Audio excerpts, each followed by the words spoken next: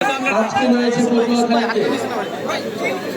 প্রিয় পটুয়াখালীবাসী, আপনারা জানেন জুলাই গণঅভ্যুত্থানের 1 বছরের প্রান্তে আমরা এই 1 বছর আগে বাংলাদেশের ছাত্র তরুণ জনতা বুকচি দিয়ে লড়াই করেছিল স্বৈরাচারের বিরুদ্ধে, একই সরকারের বিরুদ্ধে।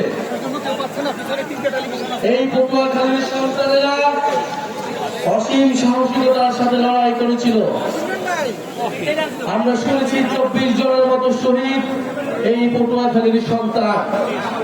আজকের এই পথসভা থেকে আমরা সেই সকল শহীদদেরকে শ্রদ্ধার সাথে স্মরণ করছি, তাদের রুহের মাগফিরাত কামনা করছি এবং আরো স্মরণ করছি পটুয়াখালীর আহত যোদ্ধাদের, পটুয়াখালীর জুলাই যোদ্ধাদের।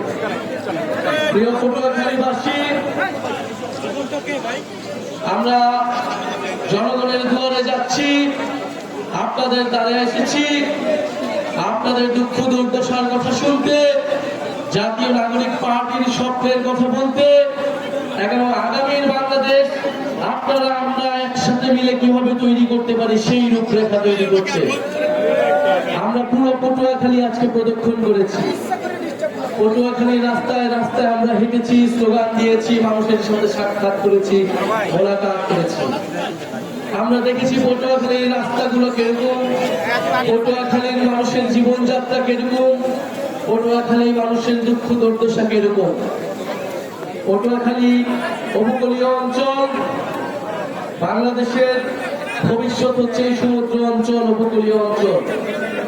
আমাদের আগামী দিনে জলবায়ু পরিবর্তন থেকে শুরু করে আমাদের সমুদ্র শক্তি সবকিছু নির্ভর করছে এই উপকূলীয় অঞ্চলগুলোর মধ্যে। তারপরে এই উপকূলীয় অঞ্চলগুলো যে গুরুত্ব পাওয়া দাবিদার রাখে, সেই গুরুত্ব এই পটুয়াখালী কখনোই পায়নি। আমরা চাই আগামী দিনে এই পটুয়াখালী এই উপকূলীয় অঞ্চলগুলো শক্তিশালী ঘাঁটি হিসেবে গড়ে তুলতে হবে। পটুয়াখালীর শিক্ষা স্বাস্থ্য ব্যবস্থা উন্নত করতে হবে। প্রিয় পটুয়াখালীবাসী, গণঅভ্যুত্থানের পরে আমরা বলেছিলাম যে মাফিয়া দুর্নীতিবাজ সিস্টেম, সেই সিস্টেমের বদল ঘটাতে হবে, কিন্তু আমরা দেখছি সেই সিস্টেমকে পাহারা দেওয়ার জন্য নতুন দলের আবির্ভাব ঘটেছে। সেই সিস্টেম, সেই চাঁদাবাজি, সেই দুর্নীতিকে আগে আরেকটা দল পাহারা দিত, এখন নতুন আরেকটি দল পাহারা দিচ্ছে। সেই সিস্টেম চাঁদাবাজিকে আরেকটি দল এখন টিকিয়ে রাখছে। আমরা স্পষ্টভাবে বলেছিলাম আমরা শুধু হাসিনার পতন নয়, সেই দুর্নীতি, সেই মাফিয়া সিস্টেমের পতন চেয়েছি। আমরা এই জন্য বুঝেছিলাম ফ্যাসিবাদী ব্যবস্থার বিলোপ এবং নতুন রাজনৈতিক বন্দোবস্ত প্রতিষ্ঠা করতে হবে। প্রিয় সংগ্রামী বন্ধুগণ, সেই নতুন বন্দোবস্ত প্রতিষ্ঠার লড়াই আমরা এখন নেমেছি। অভ্যুত্থানের মধ্য দিয়ে যেহেতু এই ছাত্র নেতৃত্ব, এই তরুণ নেতৃত্ব সেই সিস্টেমের পতন ঘটাতে চেয়েছিল, তাই সেই সিস্টেম কখনোই চায় না এই নেতৃত্ব, এই অভ্যুত্থানের নেতৃত্ব কোনোভাবে দাঁড়াক, কোনোভাবে রাজনৈতিকভাবে টিকে থাকুক। সেই অভ্যুত্থানের সময় থেকে আজ পর্যন্ত আমাদের বিরুদ্ধে ষড়যন্ত্র চলমান রয়েছে।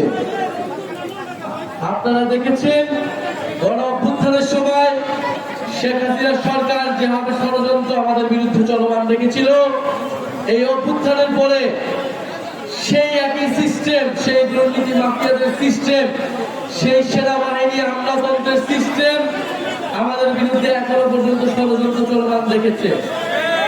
ডিজিএফআই থেকে শুরু করে বাংলাদেশের এস্টাবলিশমেন্ট গুলো এই অভ্যুত্থানের নেতৃবৃন্দের বিরুদ্ধে ষড়যন্ত্র চলমান রেখেছে, অভ্যুত্থানের শক্তির মধ্যে বিভাজন তৈরি করেছে। আমরা বলেছিলাম শত্রু বাংলাদেশের